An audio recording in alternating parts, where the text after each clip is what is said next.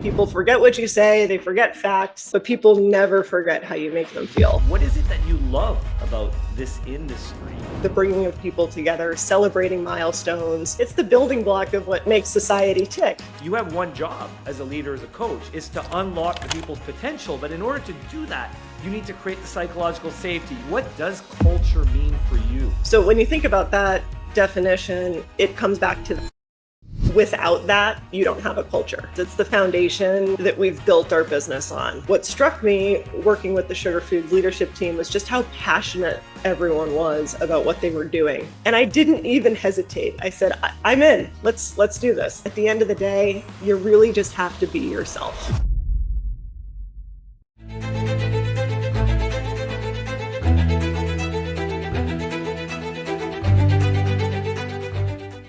Welcome to Crave, the IFDA Podcast. My name is Julien LeBlanc, your host for this series of great conversations with industry and non-industry leaders.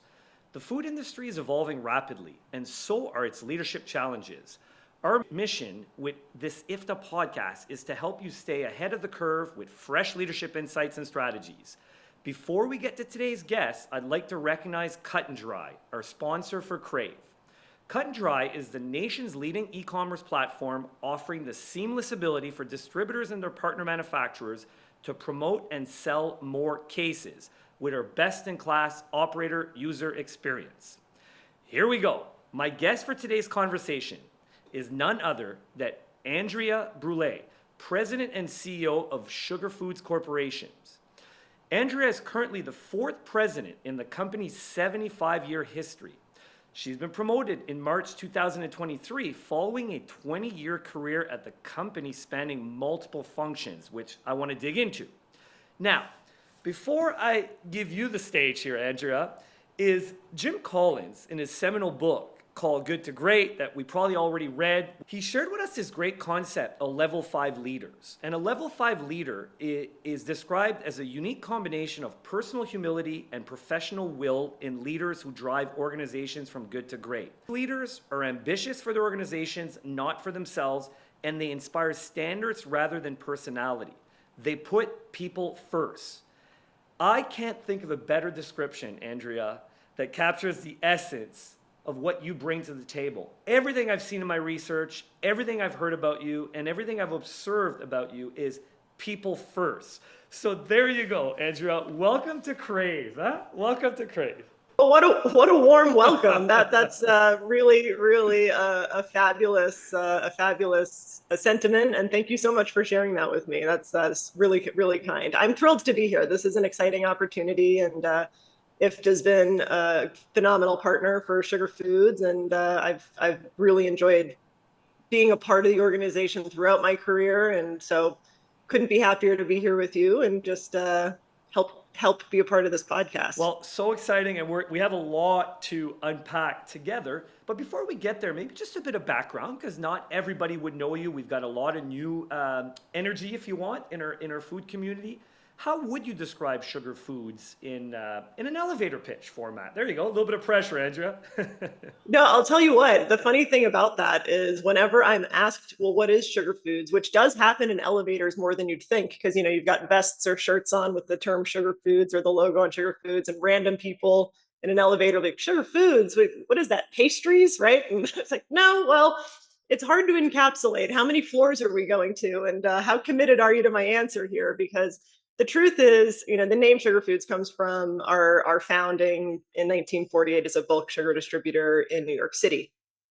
But today, sugar is a fraction really of what we do and a very small piece of our total identity. But what's interesting is that where we started and how we got our footing in the industry distributing bulk sugar really became the backbone of what we have been able to diversify and accomplish in the many decades since. And what I mean by that is, establishing a really robust distribution network, which is what selling lots of little packets in lots of different color configurations enabled us to do in the early days of our company, gave us a really phenomenal platform to diversify our product portfolio and start to touch lots of different categories and lots of different customers. So the elevator pitch for sugar foods is simply 1,250 times a second, someone in the US is using a product from one of our facilities. That is a lot of little things. And when I think about that, what gets me excited about that is the number of things our team has to do right every day to do 1,250 times a second consistently. Oh, and it's that scale and that reach that I think sets us apart, albeit in very small paperclip type categories of packets of dry condiments, salad toppings like croutons and crispy onions and tortilla strips, and beverage ingredients, beverage toppings, syrup, sauces, caramels, you name it. So a really vast, wide, broad portfolio of stuff. But at the end of the day, what we do is we service our customers and we follow our customers and we try to find what we can do to help make our customers' lives easier. And that's really how we've gotten into a lot of the product categories that we are today, which from the outside looking in may seem like somewhat of a schizophrenic basket of products.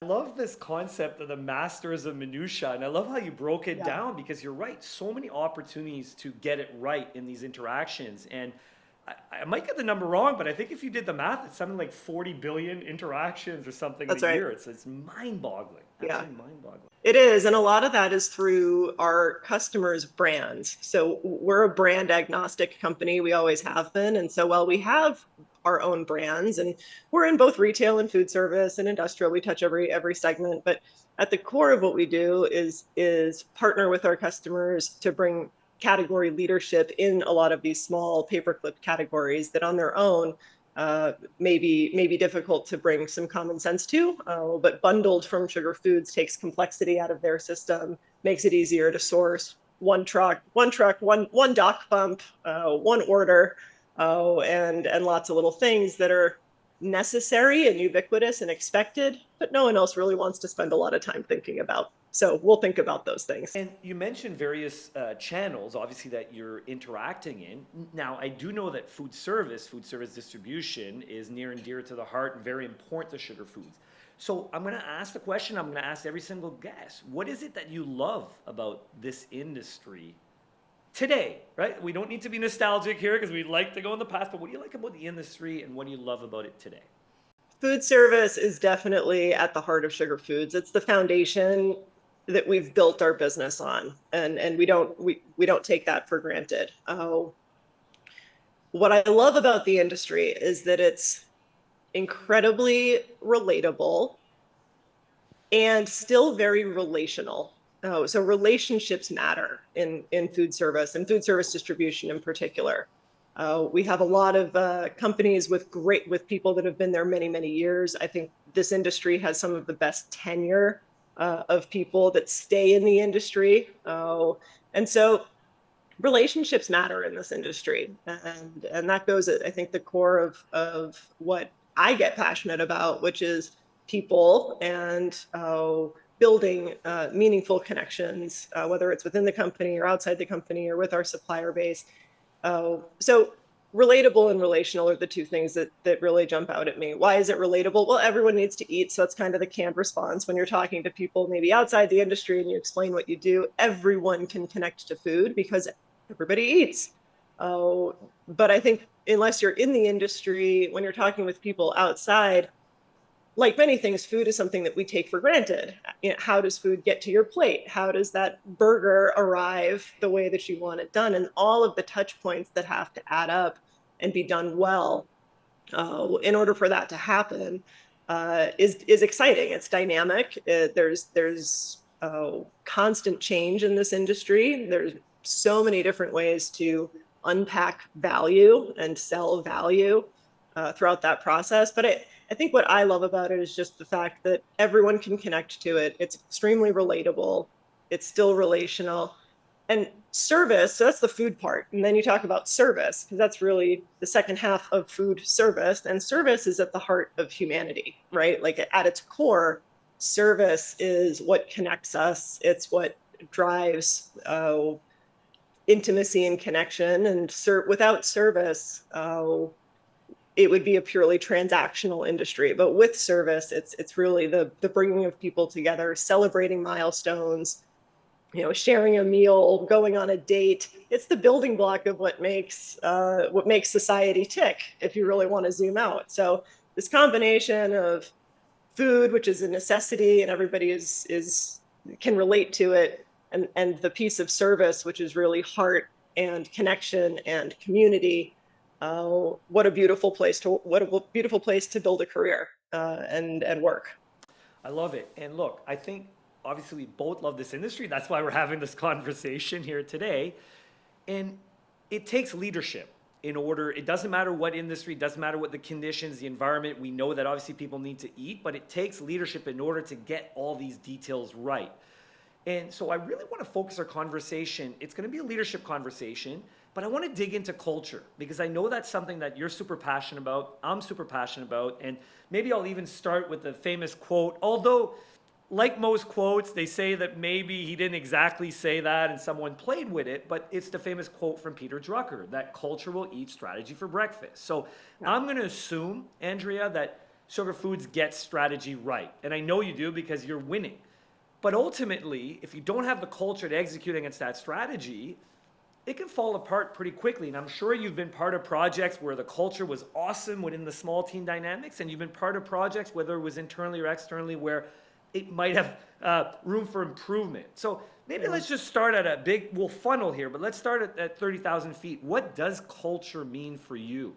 Yeah, it's a big question. So I think at its core, whether we're talking about culture with a big C, broad, or culture in the context of business, it really comes down to a common set of shared values that a group of people have that dictate beliefs, customs, art, language, interpersonal relationships. So when you think about that definition, it comes back to values. So I think that's where culture really starts. And the importance of having clarity around what those common shared values are. Without that, you don't have a culture. So at Sugar Foods, we have a mission statement. It's somewhat of a bumper sticker mission statement, but we love it. And that's the customer is king. It's really simple. But what it does is it gives everyone a guiding principle, a true north to look at and say, if we're ever confronted with a difficult decision, or we're talking about strategy, or we're looking at options, right? The voice of the customer is first and foremost. It's the empty chair at the table, right? And so everything has to get funneled through that prism of, is it good for the market? Is it good for the customer? Why? Let's articulate that. And what that does, first off, it puts the importance outside of ourselves. So no ego is something at Sugar Foods we certainly talk a lot about, and I think we at least we try to live no ego. And you talked about humility and the importance of it, but this idea of having beliefs and something like the customer is king, focusing our why not on ourselves but on others. We're in service to others. There are others besides ourselves that we're all here for, whether that's our customers out in the marketplace, food service operators, distributors, consumers, or our employees, right? And we're here for our employees to make sure that the 1,400 people that we employ, they all have families. Their families have needs. We're a part of their future. We're a part of their kitchen table conversations. What type of conversations are happening about how well we're serving in the hallways of our customers and at the kitchen tables of our employees. It was Richard Branson that said that I can tell you how good your client experience is going to be based on how you treat your employees, because what the client's going to receive is how happy, how committed, how engaged. And again, in the spirit of culture, I'd love to hear some thoughts around, do you have examples of projects that you've led? And again, because you've been CEO and president for the last 2 years, but you've also moved your way through the organization and see the good, the bad, and the opportunities maybe. So is there examples, maybe one that you thought, wow, culture really helped us move that thing forward, whatever that initiative was? And here's maybe one, without naming names, that, we got off the rails. We didn't have clarity, or we weren't anchoring against values, or, so I realize Yeah. that's a big question, but I think you've got some stories in your pocket for me here, Andrea.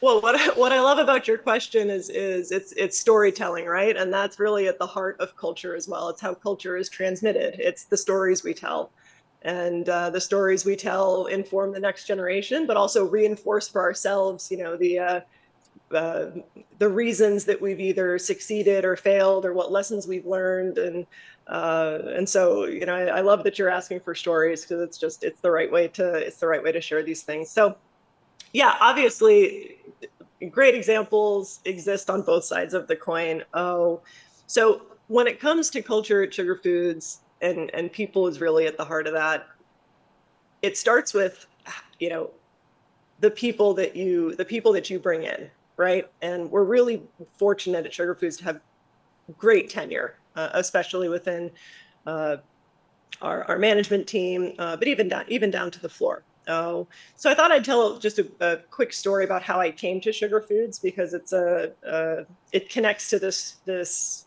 story, this cultural storytelling.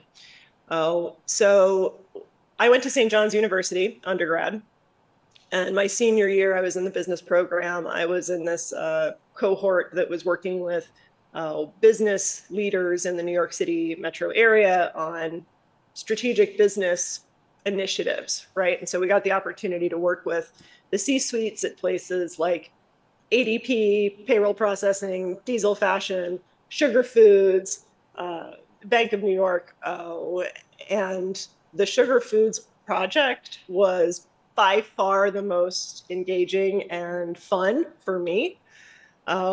Jim Walsh, who's the one of our former owners and COOs, was a St. John's alum, so he was very involved in the program. And what struck me working with the Sugar Foods leadership team was just how passionate everyone was about what they were doing. Like, we talk about croutons, and you could feel the passion, coming out. And I worked through college. I had a lot of different work experiences up to that point, and I was really fortunate to have a job lined up with a place I was interning at down on Broadway and Wall Street. But it was in the telecom space, and I got to say, back to what I love about this industry, relational and relatable. This place was not either of those things. It was not relatable, and it was not relational. But I knew I was in a very fortunate position to have that job lined up. So to make a long story slightly longer, I wrote a paper on breadcrumbs, and Sugar Foods asked me to come in and offered me a job to come work for them after graduation. And it was really interesting, because I met with Stephen Odell and Donald Tober.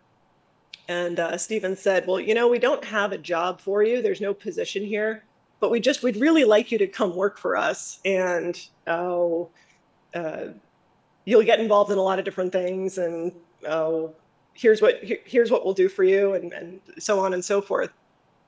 And I didn't even hesitate. I said, I'm in. Let's do this. This will be a lot of fun.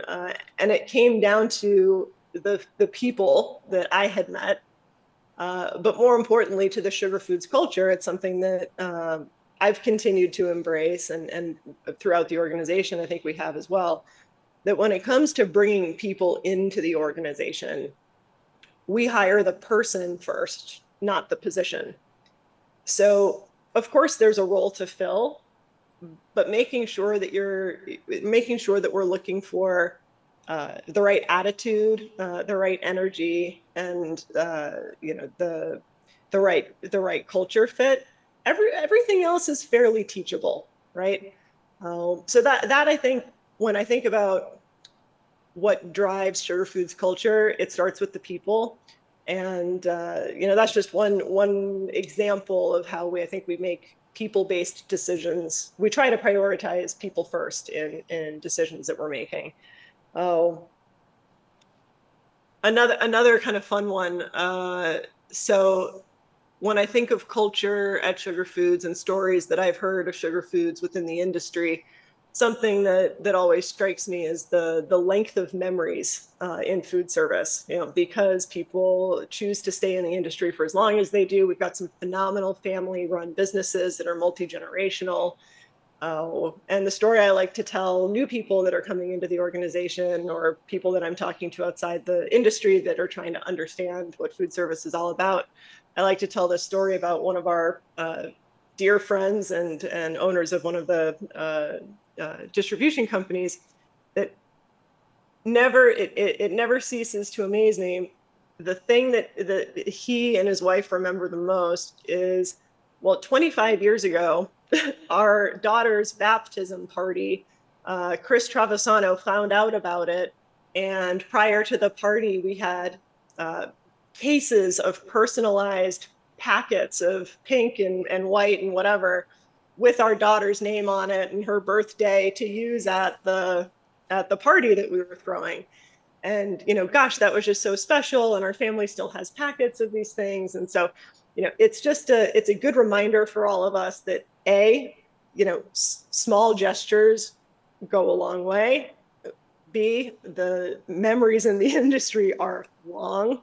And C, and this is probably one of my favorite sayings, people never forget how you feel, how you make them feel, right? People forget what you say, they forget facts, but people never forget how you make them feel. And so it's a good story we like to tell, again, people coming into the organization, just to keep that in mind.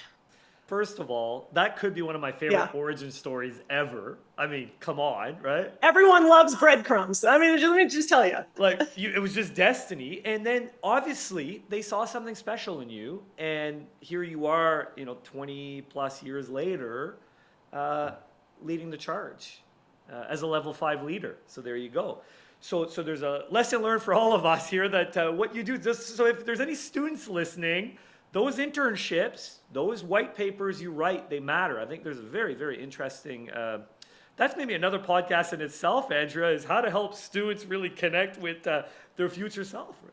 Yeah, yeah. It's so important, right? And I think the other piece that's so important when I really reflect on that moment in my life was the confidence, the confidence in moving forward because of the connection to the people that was felt, not based on the address or the industry or the title or the other, but the intuition of, oh, this is a space that I want to be a part of because of the people. And the rest, let's face it, are croutons sexy or sugar packets sexy? Not necessarily. I mean, I think so. I think they're really important. Uh, but uh, but they are important. They're necessary and they matter and they help add value down the chain. And so you can get passionate about anything. The nuts and bolts are not what matters. It's the environment and it's the people and it's the relationships. And that's true at Sugar Foods. It's also very true of the industry that we're fortunate to be a part of. No, absolutely. And look, one of my mentors, Ted Lasso. I don't know if you. I mean, Love Ted Lasso. Ted, Huge fan. So Ted has a great line. I saw it the other day. It's been cool, Angie. I've been watching it with my daughter for the first time, and she's 17, and she didn't get it when I was watching it. Now loves it, totally loves it. And there was a scene, I don't know if you remember, where he's in the dressing room, and in true Ted Lasso fashion, he says, "I love the smell of a dressing room. It smells like potential." And I stopped, rewinded it, and said, "Look, Naomi, as she's someone that's starting to teach tennis and figure out culture and environment, I said, you have one job as a leader, as a coach, is to unlock the people's potential. But in order to do that, you need to create the psychological safety. You need to create an area that people can challenge, that people feel comfortable to be their best self." So I think this is a good bridge to the next topic that I want to attack. And of course, we'll do this through storytelling throughout our conversation, but are there some tools, ideas, books, anything that you've used to help you sustain culture? Because I've seen a lot of companies build great culture and then you get a few changes in leadership, or you get a bad year, or you have a bad project, and suddenly you just don't have the culture and that feeling. I'm going to keep using the word feeling because I think culture, it's one thing to have words on the wall that say, here's our values and do good and whatever the values might be, challenge the status quo. But are you living and breathing those? Are you rewarding? Are you hiring? Are you having tough conversations when people don't live their values. So let's talk about that for a little bit. Love to, yeah. So a couple of things that come to mind as I'm listening to you. When we think about culture going off the rails, and I think we've all seen bad culture, we've been in bad culture environments. I see it tied to kind of two distinct failures, and the first is fear-based or a high degree of fear being an underlying energy within that space, and the second is just a lack of shared values. It's when the values start breaking down or they're no longer shared. And so those two components of fear and lack of unity around values is typically what I see as the common denominators around bad culture or culture going in the wrong direction. So in terms of sustaining culture, I think about the flip side of those two fundamentals. How do we ensure that fear has no place in culture, and how we are building our teams, incentivizing our teams, talking about the why? Fear should never be the tactic or the lever used to explain why or to incentivize change behavior. I think it can maybe be an easy lever to pull in the short term because people will react, but it's not sustainable, and it starts to go down a dark path pretty quick. And a reinforcement of the values and a doubling down on why they matter is so important, because those things can erode over time when they're not reinforced. So two things you said that I'd like to talk more about is psychological safety, because I think that ties directly to the no fear guiding principle. And the other is listening and humility, and the importance of both of those. So starting with the humility and listening, when it comes to reinforcing our shared values, it's never the poster up on the wall or the little placards that sit at desks. I don't know if there's any better way to reinforce values than to really make sure we're investing in this, which is eyeball to eyeball human interactions with as many of our teammates as possible. So we need to make sure that our managers and our leaders and our supervisors are equipped with the interpersonal skills and the communication tools to live and breathe and share and really emote the values that make us who we are. Because without that consistency, then you start to have leakage, or you start to have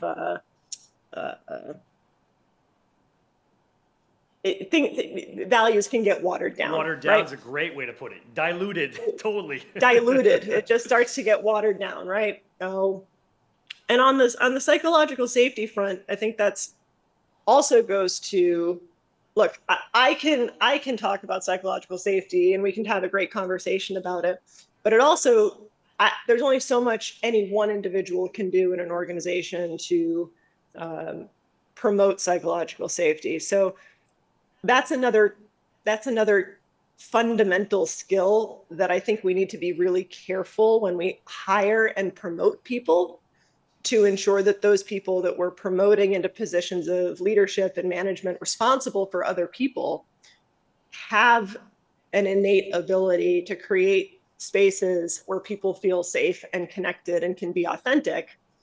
Because if people are showing up authentically, they're bringing their whole selves, the energy that unleashes, the passion that can drive, the freedom of expression and sharing of ideas can just exponentially blossom in creativity across the organization. But the opposite can happen when people feel unsafe and they can't be their full selves. So there's no real silver bullet, I don't think. I think it's just a lot of hard work of building. It goes back to relationships. I think it goes back to putting in the hard work of developing sincere relationships one-to-one at a granular level with your team and making sure they're doing the same with their team and so on and so forth. And that's where you get real strength. But it can't be done at one level. No, and look, I think there's a big word you use, which is consistency. And I think that's what people are looking for from leadership. And I'll tell you, I heard a statement, and I love when a statement or a quote is maybe to the extreme or provocative because it gets you thinking. But Yeah. it went something like this, and I'll probably butcher it, but I think we'll get the essence, is I can tell you the culture of your company based on the worst behavior you tolerate. Really. So I thought that was interesting because, if I say, hey, there's no bullies here in the room, but yet I've got a high performer and I allow that person to bully people, what I'm basically telling people is, 95% of our time we don't allow bullying. So that's not our culture at the end of the day.